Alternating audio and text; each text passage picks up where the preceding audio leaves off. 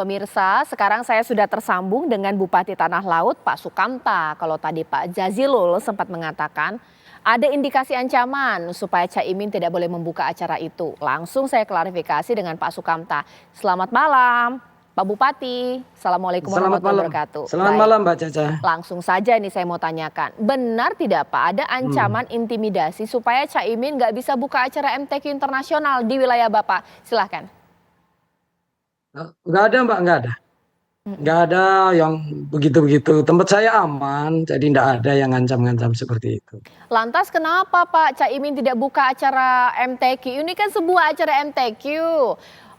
Caimin Betul. juga ketua umum partai, PKB tepatnya, wakil ketua DPR juga. Boleh Pak dijawab? Betul. Baik, tentu saya cerita dulu.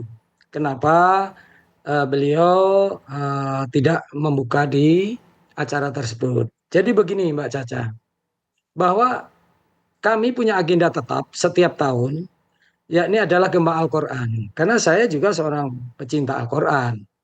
Dan itu kita agendakan setiap tahun. Nah, itu kita biayai dari APBD. Ya. Jadi perlu saya garis bawahi, Gema Al-Quran itu dibiayai oleh APBD.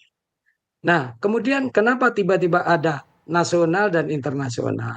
Sebulan yang lalu ketika saya ke Jakarta, kebetulan ada raker JKH, ya, Jamiah Qura wal Hufaz. Kebetulan saya diminta untuk singgah. Ya, saya singgahlah, ngobrol dengan para kiai, para penghafal Quran, ya. Sehingga sehingga sampai pada cerita bahwa saya akan menggelar Gema Al-Quran itu tanggal 5 sampai dengan tanggal 8. Waktu itu Pak Kiai Saifullah Maksum mengatakan, oh kami juga punya agenda nasional internasional.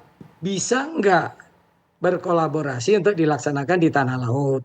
Saya bilang bahwa anggaran kami adalah sudah jelas dari APBD. Kata beliau yang nasional internasional, maka anggarannya dari JIH. Nah, oke.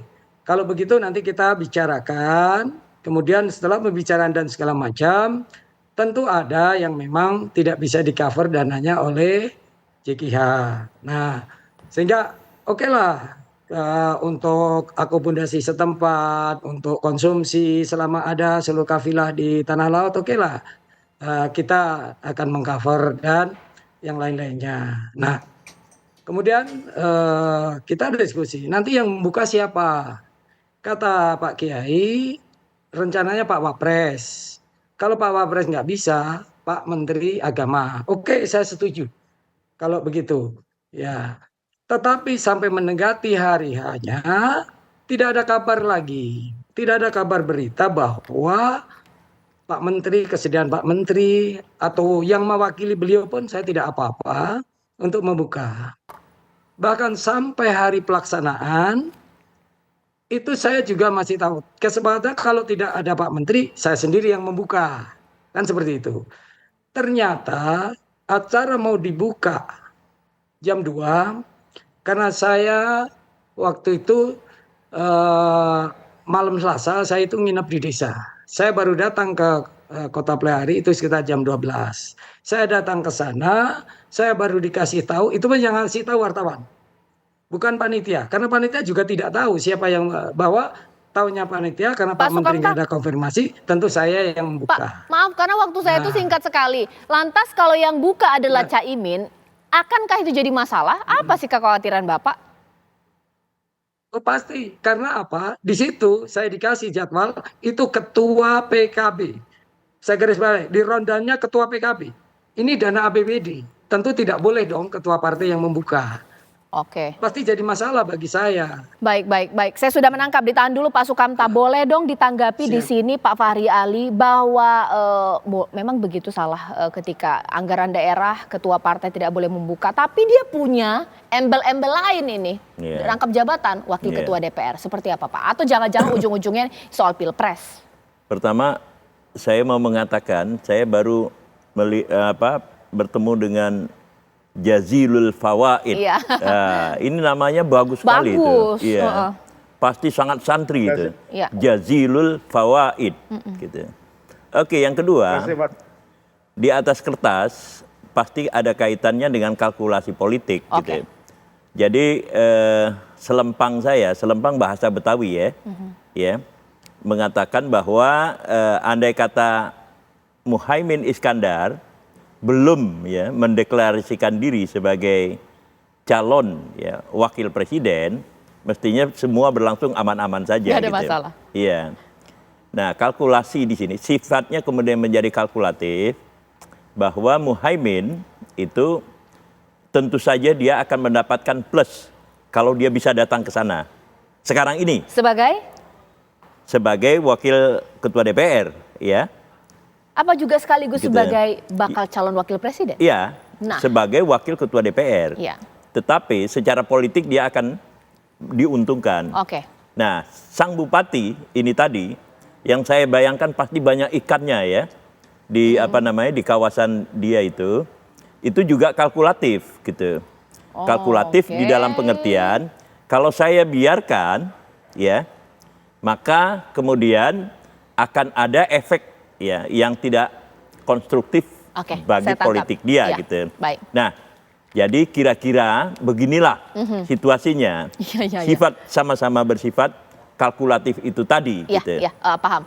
Langsung saja intinya begini Pak Jazilul, gak mungkin lah meskipun ia dalam kapasitas sebagai wakil ketua DPR tidak diuntungkan ini kehadiran dari Caimin karena ia juga sekaligus sosialisasi sebagai bacawa pres.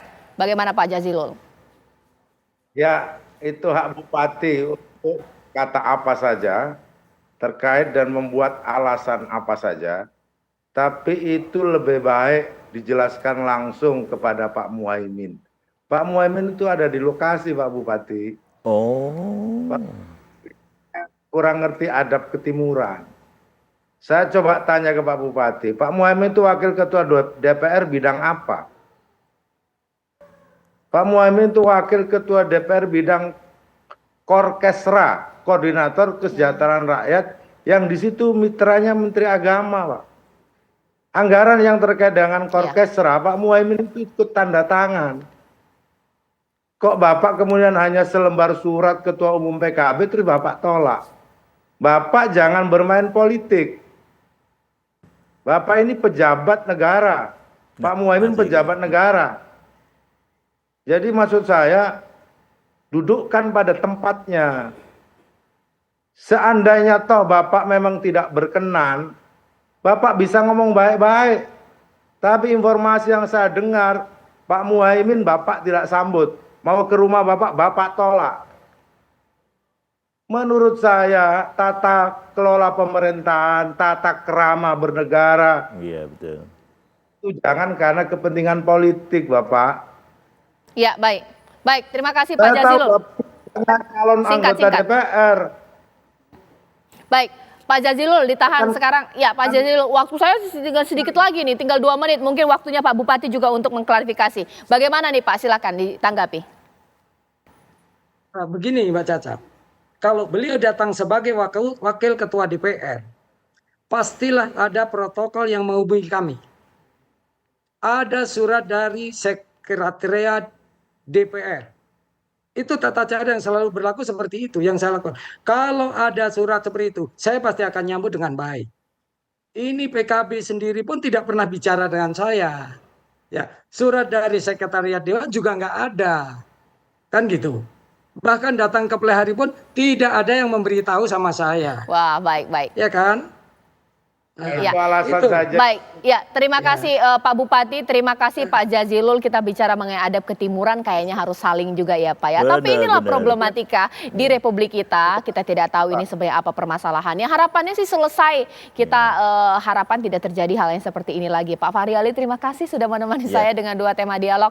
Pak Jazilul, mohon maaf saya tidak bisa panjang karena waktunya terbatas, begitu juga dengan Pak Bupati. Sesaat lagi pemirsa, Anda dapat menyaksikan acara kami yang spesial kami hadirkan untuk Anda, yakni Karni Ilyas bersama Anies Baswedan dan Muhaimin Iskandar sesaat lagi. Saya Cica Anissa menutup, selamat malam, sampai jumpa.